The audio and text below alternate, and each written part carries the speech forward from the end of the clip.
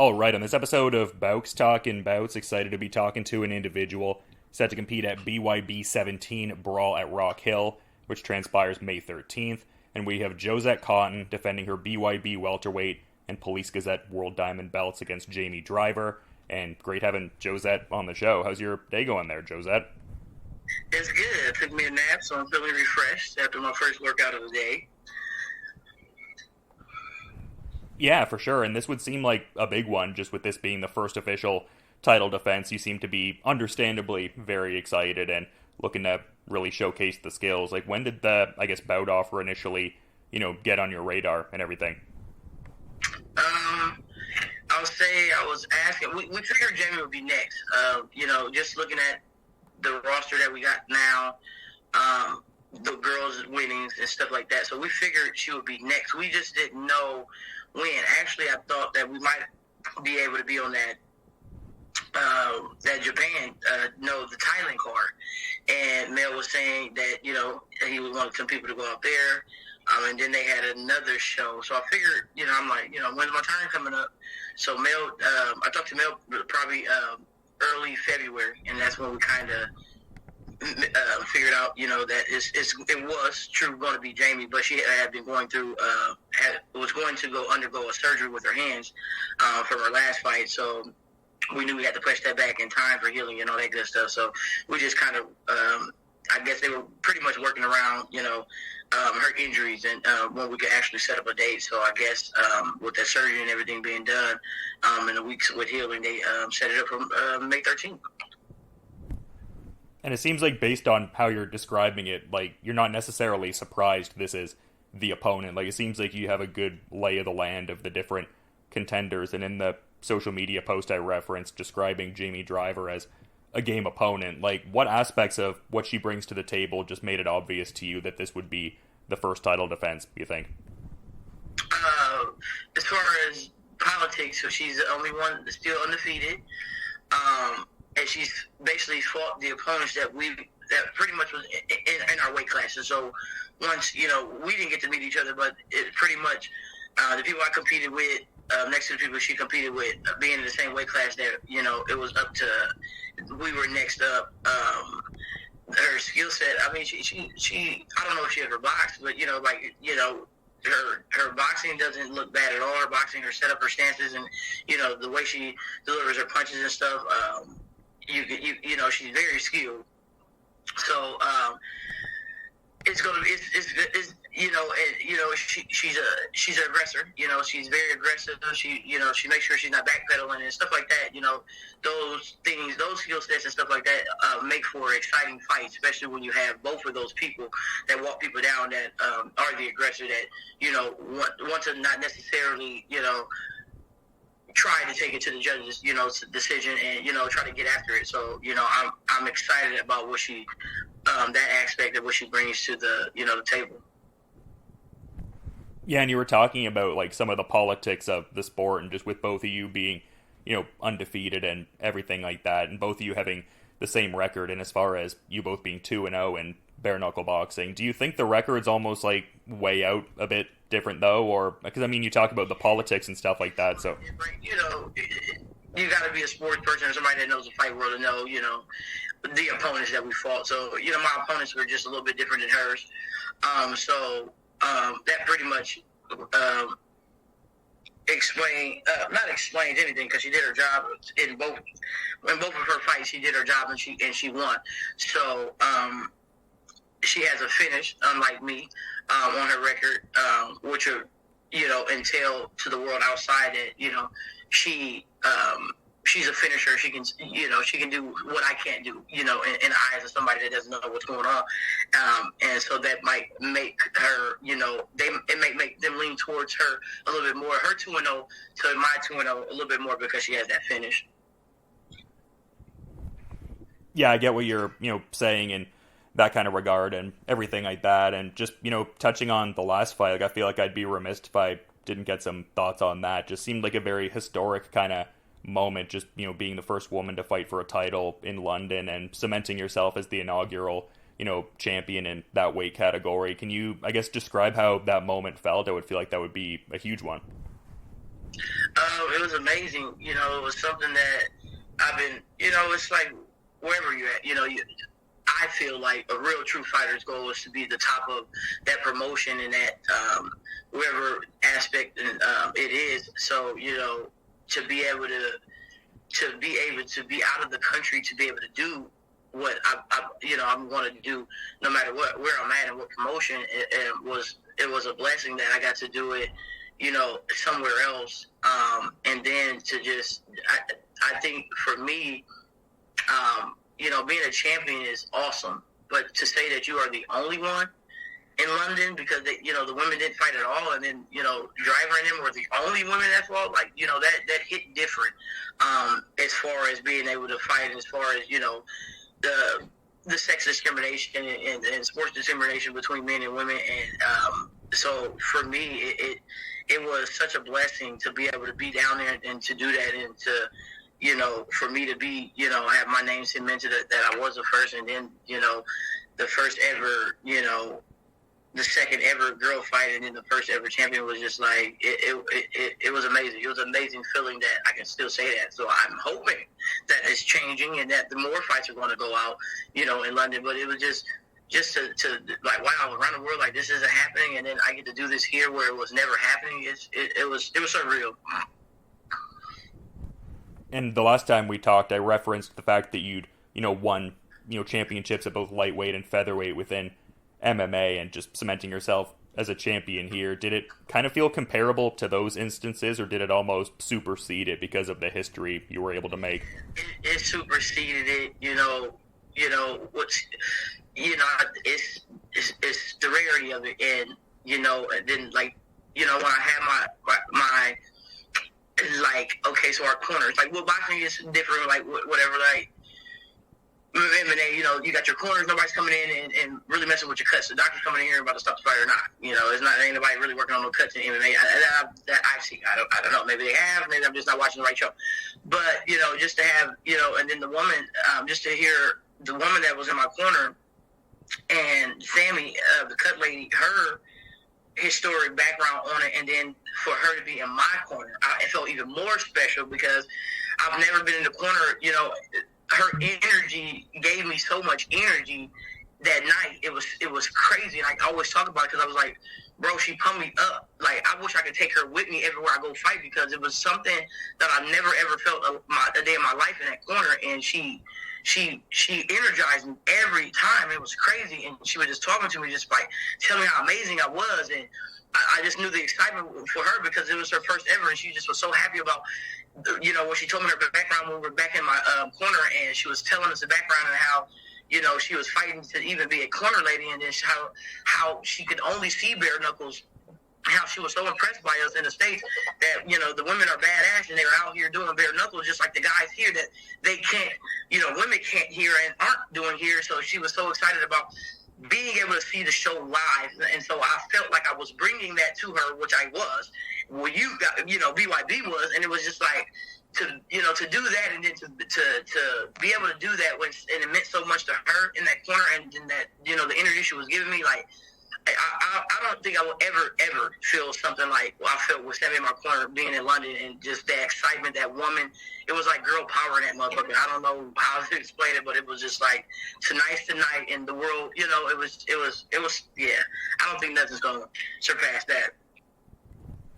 Yeah, I love the insights. That sounds like such an awesome supportive dynamic and everything like that, but probably a good cherry on top after the fact to bring the belts home to mom like you said you would. Yes. Yeah, I'd love to see that for sure. And I mean, just in talking about like collecting belts and stuff like that, I was noticing circa December 2022, you had the promotion seminar and stuff like that, and leveling up in the BJJ kind of regard. Can you talk about that moment, just receiving the blue belt? That seemed to be an important one.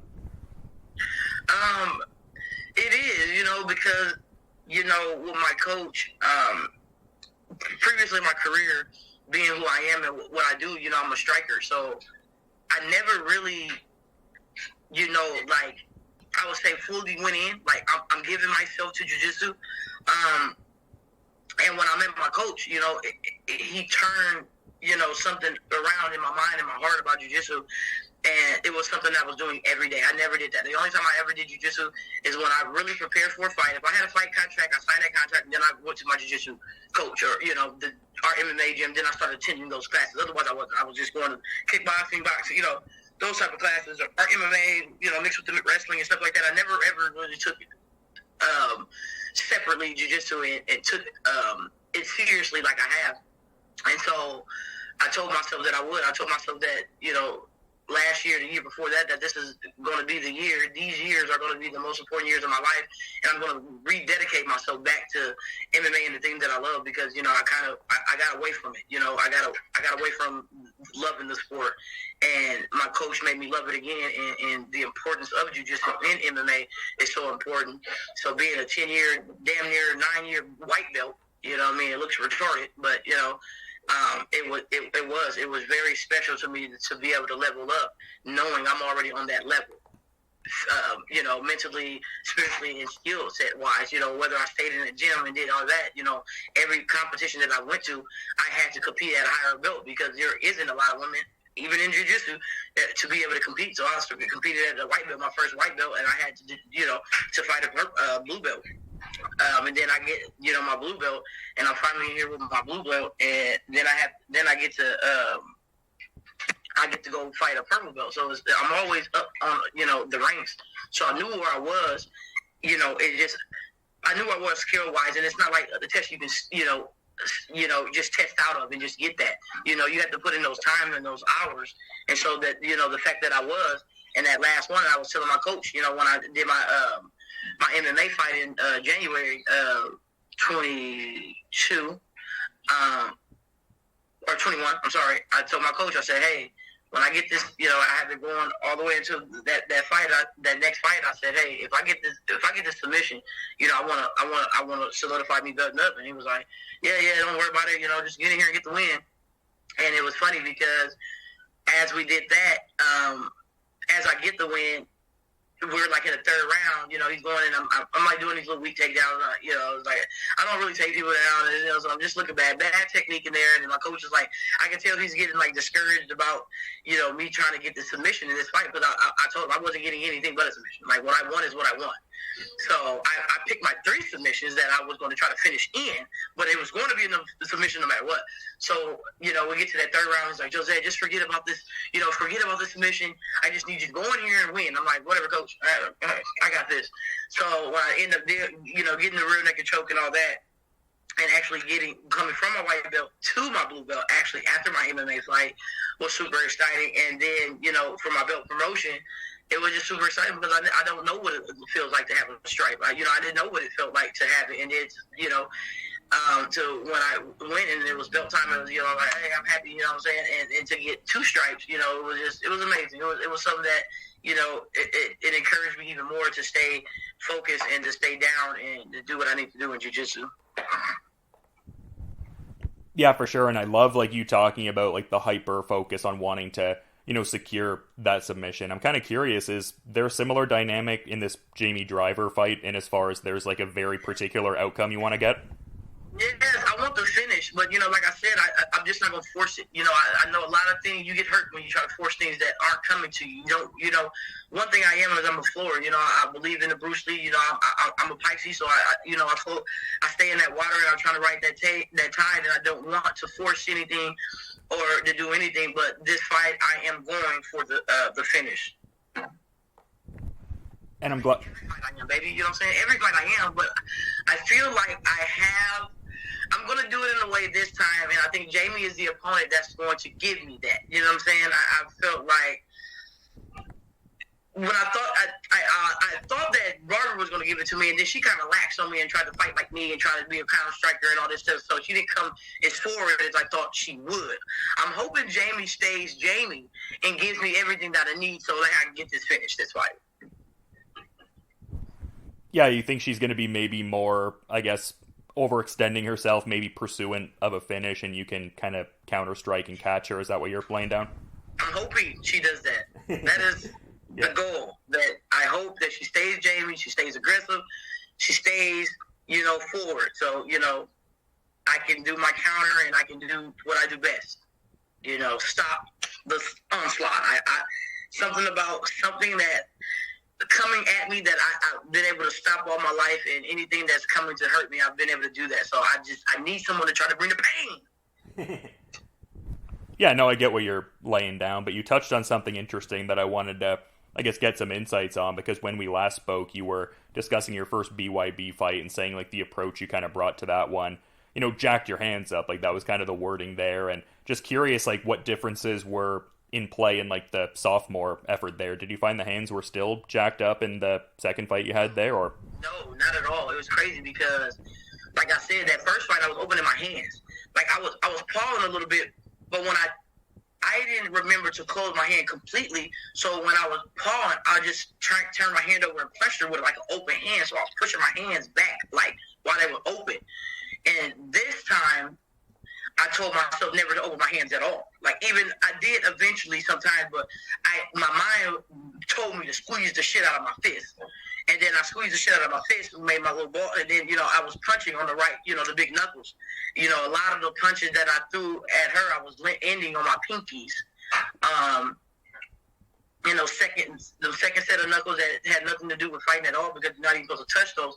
So those things was hurting, like my knee, my knuckles in my second set fighting toe heel. But no, with Barbara, I kept my fist completely balled when I struck her.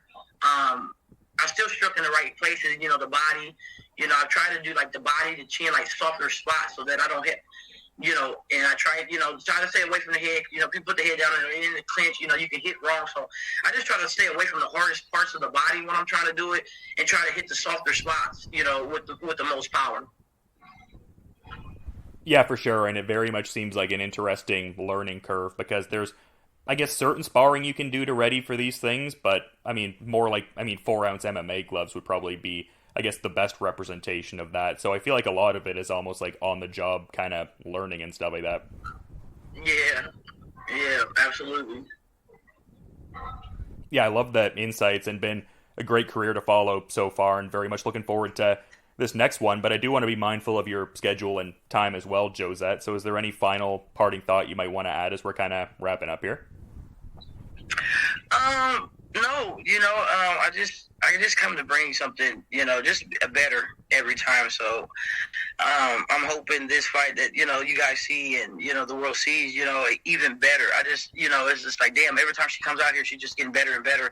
So that's just pretty much what I just want to, you know, to show the people, you know what I'm saying, like, you know, in between those times away, you know, damn, she's getting better, she's working on something. So, you know, that's pretty much what I want to showcase in this fight when I'm defending my title.